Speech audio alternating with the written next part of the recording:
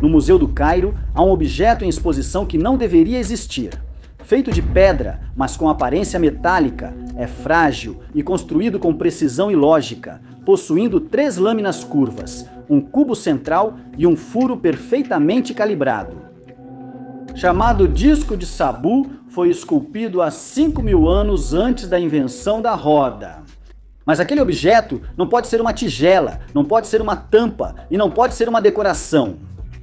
Ao observar suas proporções, equilíbrio e a leveza das pás, fica claro que sua forma é funcional, projetada especialmente para algo. Mas o quê? Hoje vamos buscar pistas de um conhecimento antigo e avançado, visível, mas ignorado. Mas antes de começar, como sempre, convidamos vocês a se inscreverem no canal para apoiar nosso trabalho e não perder os próximos vídeos. Em 1936, na necrópole de Saqqara, foi encontrado um objeto misterioso na tumba do príncipe Sabu, filho do faraó Ajuíbe. O arqueólogo britânico Walter Bryan Emery, renomado estudioso da primeira dinastia, o encontrou. Ao vê-lo pela primeira vez, ficou perplexo, pois não se parecia com outros objetos funerários daquela areia antiga. Não tinha inscrições, não tinha figuras divinas, não tinha nenhum valor simbólico aparente, era apenas um disco feito de xisto.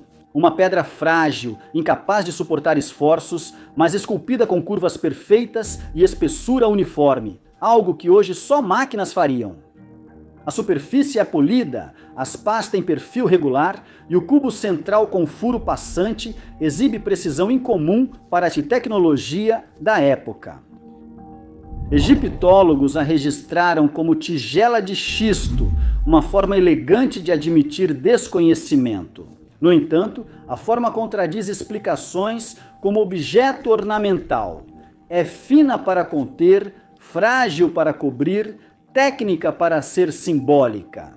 Cada detalhe sugere uma função, mas qual? Para entendê-lo, comece pelo material.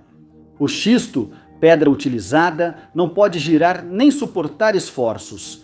Qualquer uso mecânico como hélice, rotor ou roda o quebraria. Assim, o disco de Sabu não seria operacional e não mostra sinais de queima, desgaste ou resíduos orgânicos. Não era lâmpada, recipiente nem objeto sacrificial.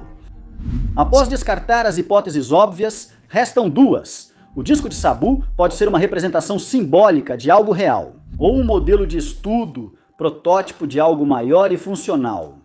Neste ponto, a perspectiva muda, pois se o vemos não como artefato ritual, mas como projeto, tudo muda. As 3 pás seguem um desenho técnico, assim como rotores, hélices e ventoinhas atuais, não sendo apenas por estética. Aqui está o paradoxo. O xisto é ótimo para esculpir, mas inadequado para suportar movimento ou pressão. Tentar girar o disco de Sabu o destruiria, então ele não servia para gerar rotação ou mover ar ou água. Se o material foi escolhido com cuidado e a forma não é casual, o xisto devia oferecer algo além do que qualquer metal proporcionaria. Aqui surge um detalhe quase esquecido. O xisto, ao ser atingido ou estimulado, vibra. Frágil, mas muito ressonante, produz ondas sonoras claras e profundas. Talvez sua fragilidade não fosse limitação, mas escolha. Talvez o disco não devesse se mover, mas ressoar. Daqui surge uma nova hipótese, mais ousada e coerente. Que o disco de Sabu fosse mais para compreender a vibração do que para gerar movimento. Imagine esse disco com forma harmônica, 3 lâminas finas e furo central, sendo atingido ou atravessado por uma onda sonora. A energia não se dispersaria, mas se organizaria em padrões regulares, exatamente como acontece na cimática. A ciência moderna que estuda a forma do som, as vibrações gerariam padrões geométricos, espirais, simetrias e o objeto se tornaria um amplificador natural de frequências.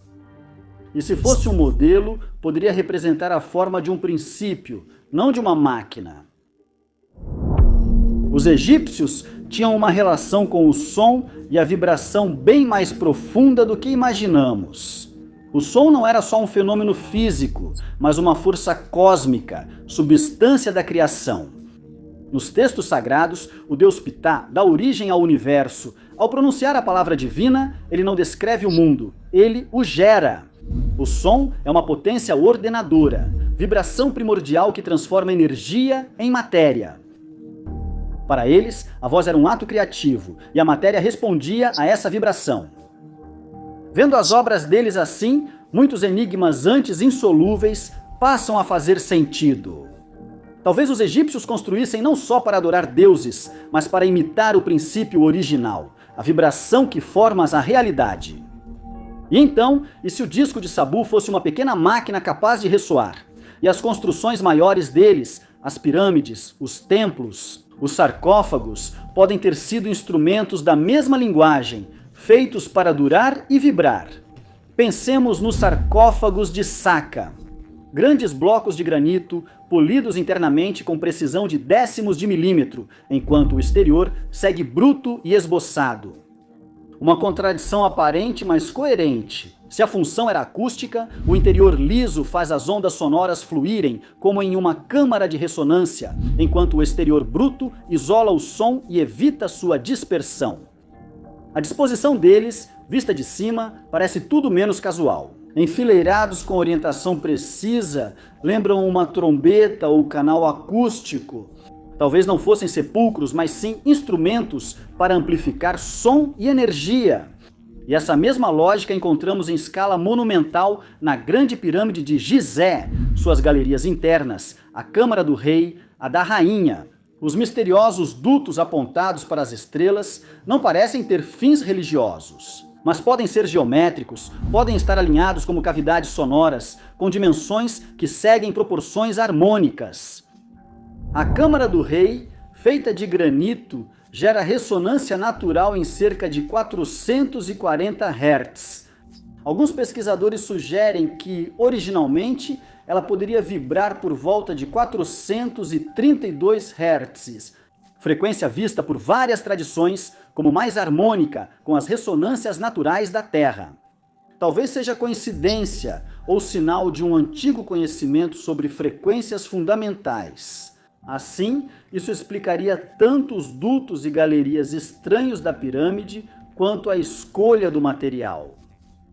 Vendo por essa perspectiva, o Egito deixa de ser só um reino de pedra e se torna um grande instrumento musical em diálogo com a terra. Se tudo isso fosse verdade, a descoberta do disco de Sabu indicaria uma tecnologia maior. É como se, em 20 mil anos, um arqueólogo achasse o fóssil de um pequeno motor de combustão. Ele pode ver isso como objeto simbólico, recipiente ou amuleto. Um olhar atento àquela cavidade perfeita poderia perceber que era o coração de um mecanismo maior, uma câmara de combustão. Nossa civilização usava o fogo como energia e com esse indício ele reconstruiria um mundo perdido. Essa lógica também se aplica ao disco de Sabu, objeto pequeno e frágil que traz o princípio de uma tecnologia esquecida, baseada na vibração harmônica da matéria, não na combustão.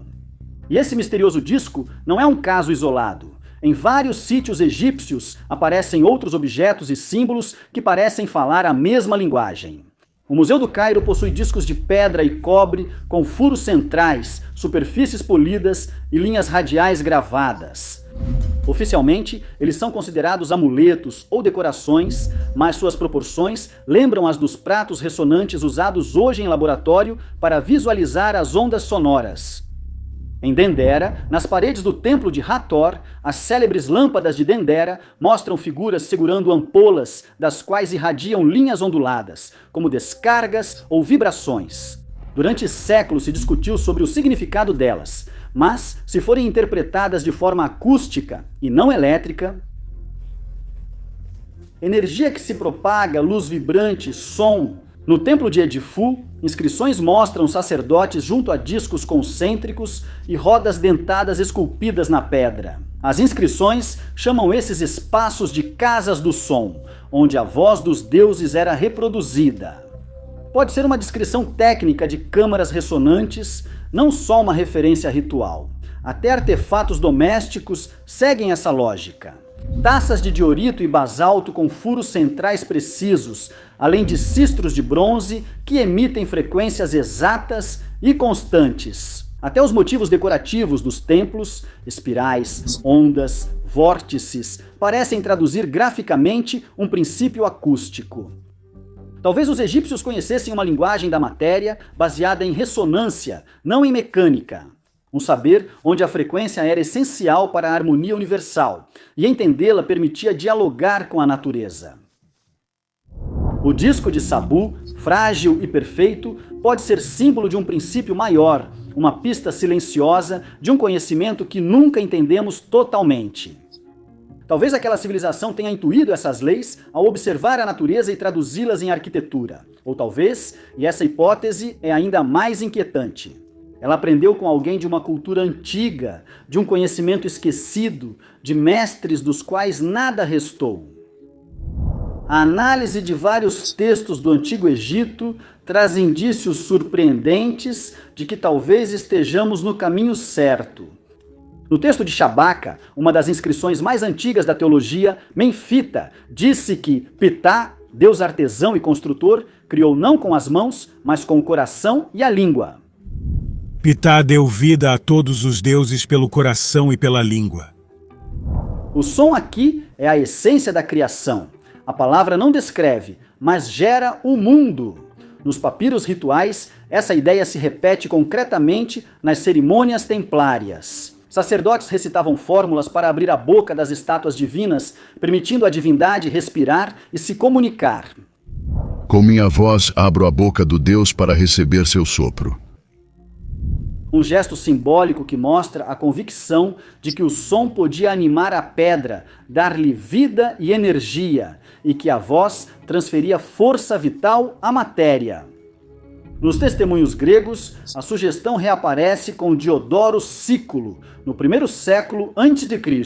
Cristo escreve que os egípcios levantavam as pedras por meio de instrumentos que não temos mais, e que suas construções só foram possíveis graças a uma ciência que se extinguiu com eles. Ele não fala de magias, mas de instrumentos e conhecimentos concretos esquecidos pelos séculos. Nos textos herméticos de Thoth ou Hermes Trismegisto, o mundo é visto como uma música eterna, e o conhecimento humano como a capacidade de se sintonizar com a vibração do todo. Palavras que refletem o princípio Menfita, vibração como lei universal e som como ligação entre espírito e matéria. Os egípcios viam o som como uma força real, física e criativa, capaz de alterar a matéria. Se esses rituais fossem uma versão espiritual de um princípio físico, a mitologia ocultava um conhecimento experimental. Uma maneira de interagir com a energia por meio da forma e frequência, hoje chamada de acústica ou física das vibrações. Para eles era só a voz dos deuses. E talvez, como sugerem os mitos, essa voz não tenha sido inventada pelos egípcios, mas aprendida com alguém que já a conhecia de uma civilização mais antiga, cujo eco sobrevive apenas na pedra. Mas o que hoje é surpreendente é que tudo isso encontramos nas revelações mais recentes da física quântica, que nos mostram como tudo, no fundo, nada mais é do que vibração, frequência que toma forma e matéria que responde à energia. O disco de Sabu pode ser reflexo de um conhecimento perdido, lembrando que a realidade não é fixa, tudo vibra. Mesmo o que achamos imóvel pode não ser invenção, mas redescoberta.